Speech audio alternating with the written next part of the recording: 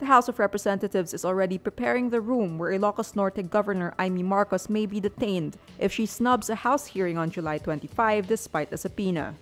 House Committee on Good Government Chairperson Johnny Pimentel says they started the preparations after Marcos announced she will be snubbing the probe into the alleged misuse of ILOCOS Norte's tobacco funds to purchase motor vehicles.